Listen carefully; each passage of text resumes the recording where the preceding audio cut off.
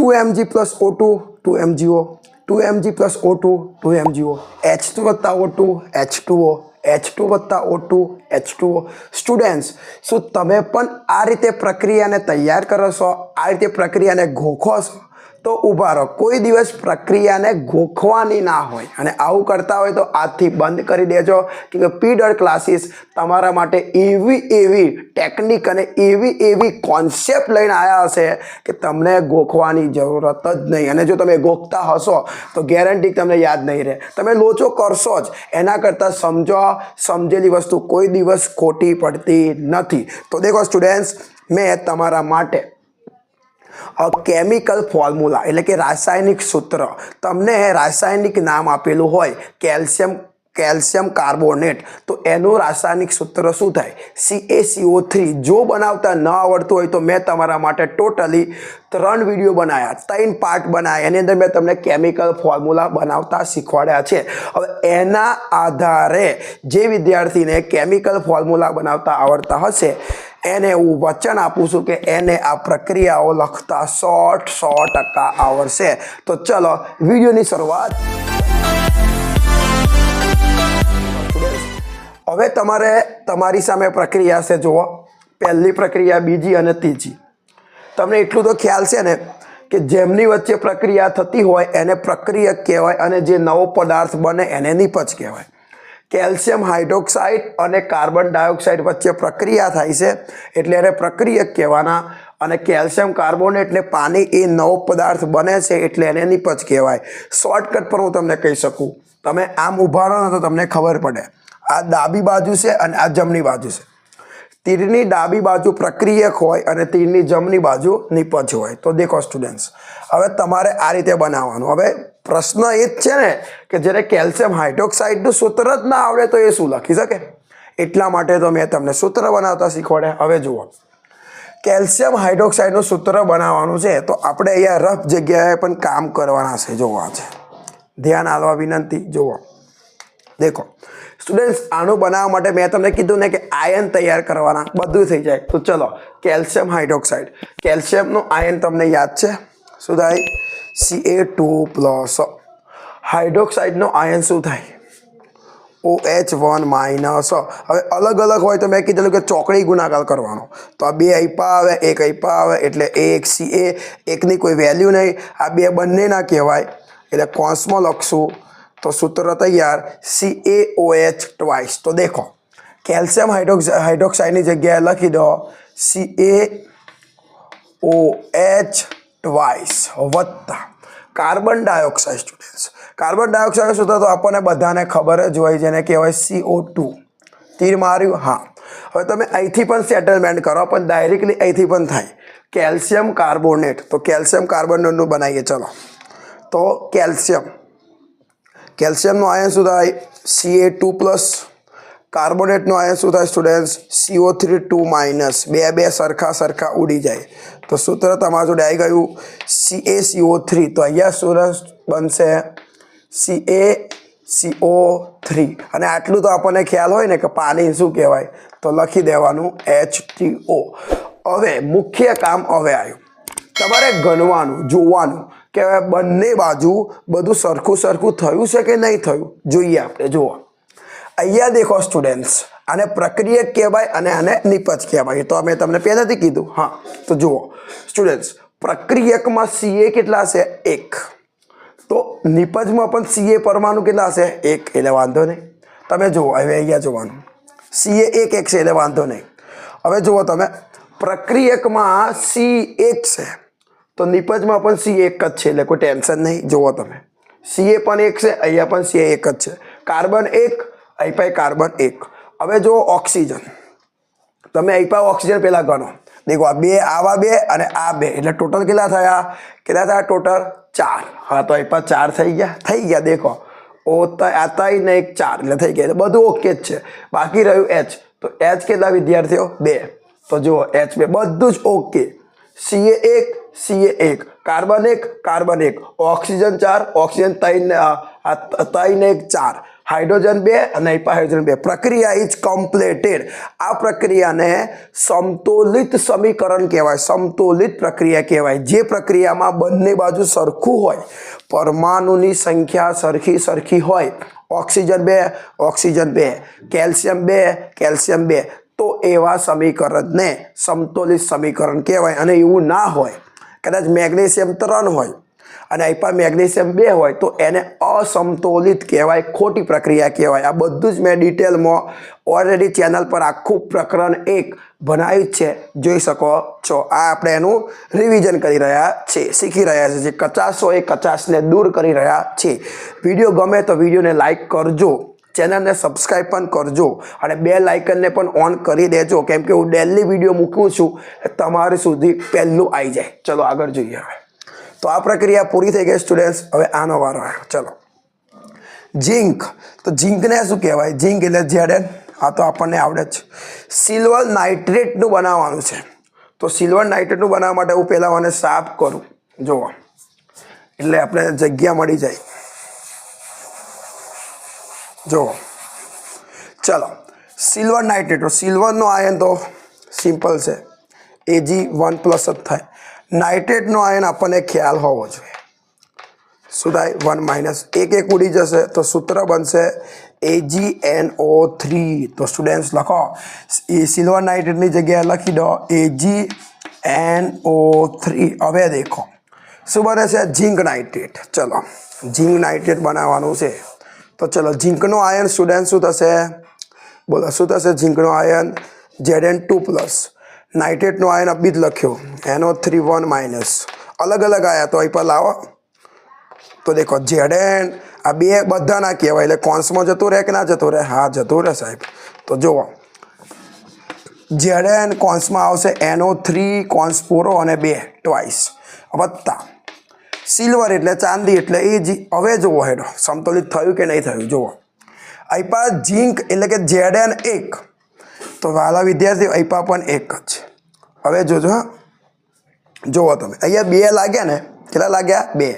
એટલે નાઇટ્રોજન પરમાણુ 2 થયા. અહીં પર તો 1 જ છે. પછી એ 2 લાગ્યા ને એટલે ઓક્સિજન ટોટલ સ્ટુડન્ટ 6 થાય. 2 તરી 6. લોચો પડ્યો. અહીં પર નાઇટ્રોજન 1, જ્યારે અહીં પર નાઇટ્રોજન કેટલા હશે? 2. અહીં પર 1 છે ને અહીં પર 2 છે. અહીં પર 1, અહીં પર 2, અહીં પર 1 અને 2. અહીં પર તમે જો ઓક્સિજન કેટલા છે? 3. અને અહીંયા કેટલા છે? 6. અહીંયા નાઇટ્રોજન 1 છે, અહીં પર 2 છે, અહીં પર 6 છે, પેલી બાજુ 2 છે. એક કામ કરીએ, અહીંયા 2 લગાવો. જેવા તમે અહીંયા 2 લગાવશો સ્ટુડન્ટ્સ, એટલે જુઓ 2 લાગ્યા ને એટલે આ 2 વખત આવ્યું. ગણો, એક વાર AgNO3, બીજી વાર AgNO3. તો 2 માં N એટલે કેટલા N થયા? 2 થયા? હા થયા. પહેલામાં O3, નીચે પણ O3, 3 ને 3 6. તો સ્ટુડન્ટ્સ નાઇટ્રોજન 2 અને ઓક્સિજન 2, ઓક્સિજન 3. તો જુઓ હવે તમારું કમ્પ્લીટ. હવે અહીંયા Ag કેટલા થઈ ગયા? 2. તો અહીંયા લગાવી દો. તો દેખો સ્ટુડન્ટ્સ, આ રીતે તમારી પ્રક્રિયા પૂરી થઈ જાય. જોઈ લો, એકદમ સિમ્પલ છે, આવડી જાય. બરાબર, પ્રક્રિયા ઇઝ ઓકે, બધું જ ઓકે. 3 નંબર જોઈએ. હવે જુઓ, હવે આનું બનાવવાનું છે. બેરિયમ ક્લોરાઇડનું બનાવીએ. ચલો, બેરિયમનું આયન થાય Ba2+. ક્લોરાઇડનો આયન બને Cl1-. અલગ અલગ છે તો બની જશે BaCl2. તો લખો, બેરિયમ ક્લોરાઇડની જગ્યાએ લખો BaCl2. પોટેશિયમ સલ્ફેટનું પણ બનાવી દઈએ. ચલો, પોટેશિયમનો આયન થાય K+1, સલ્ફેટનો આયન થશે SO4 2-. બરાબર, આવું થાય. તો અલગ અલગ આવશે એટલે અહીં પર થશે K2SO4. તો સ્ટુડન્ટ્સ અહીં પર બની ગયું K2SO4.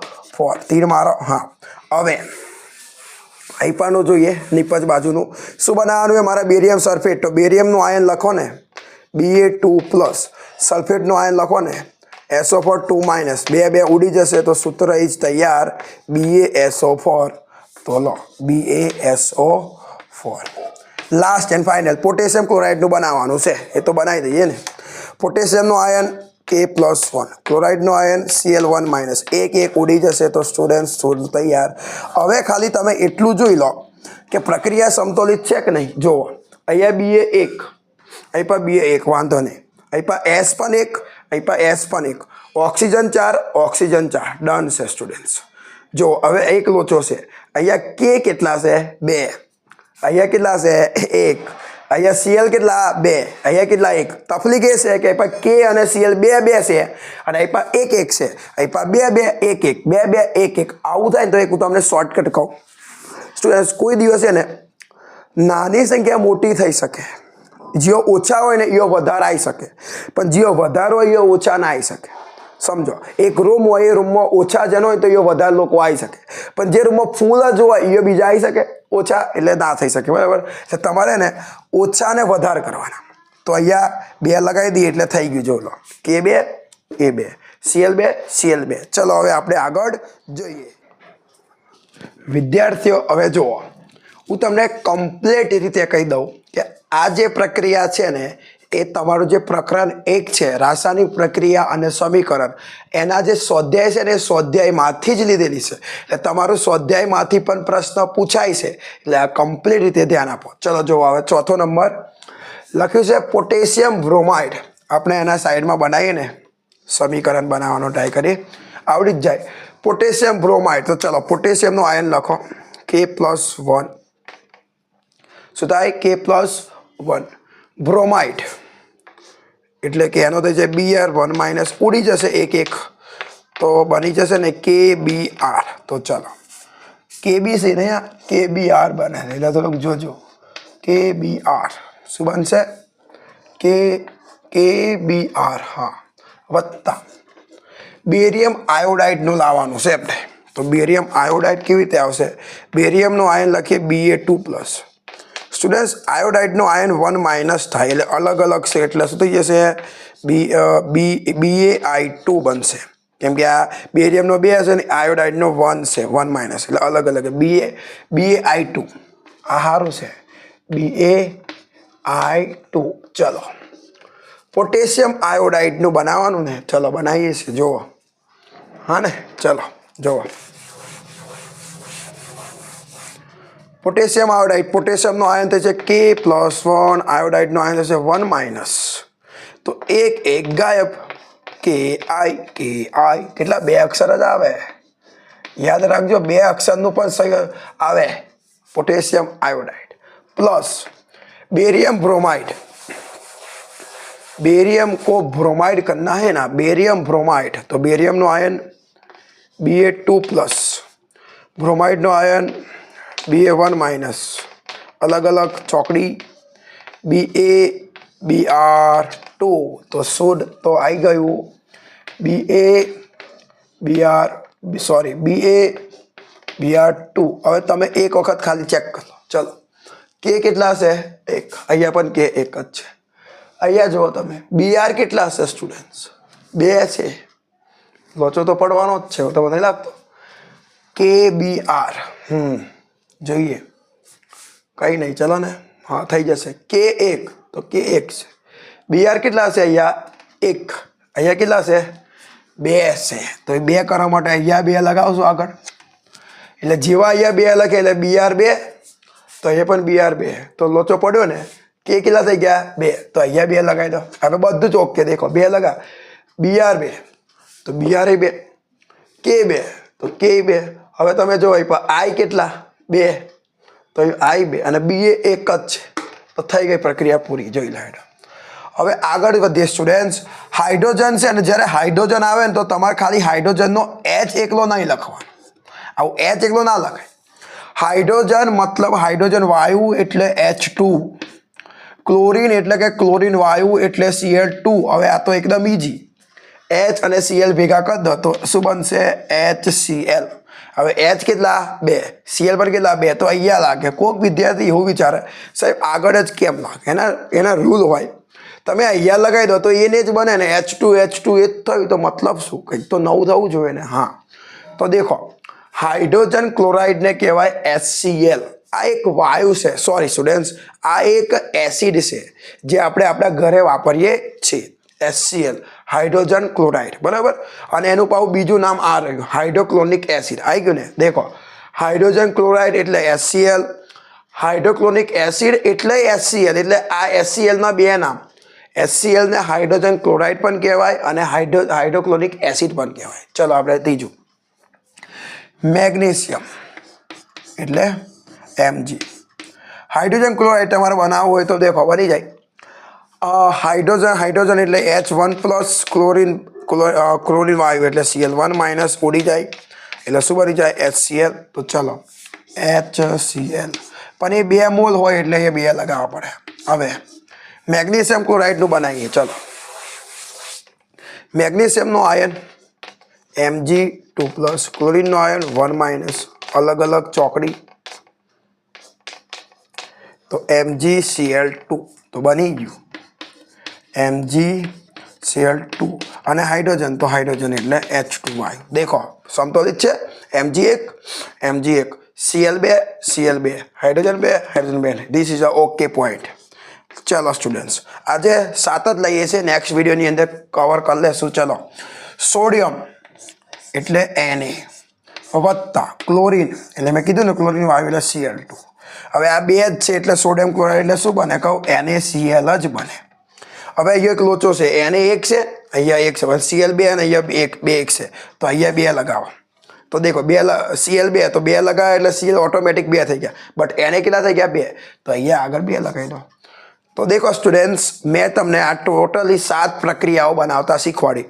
તમને આયન આવડે તો તમને કેમિકલ ફોર્મ્યુલા રાસાયણિક સૂત્ર આવડે. રાસાયણિક સૂત્રો આવડે તો ફાઇનલી તમને પ્રક્રિયા આવડે.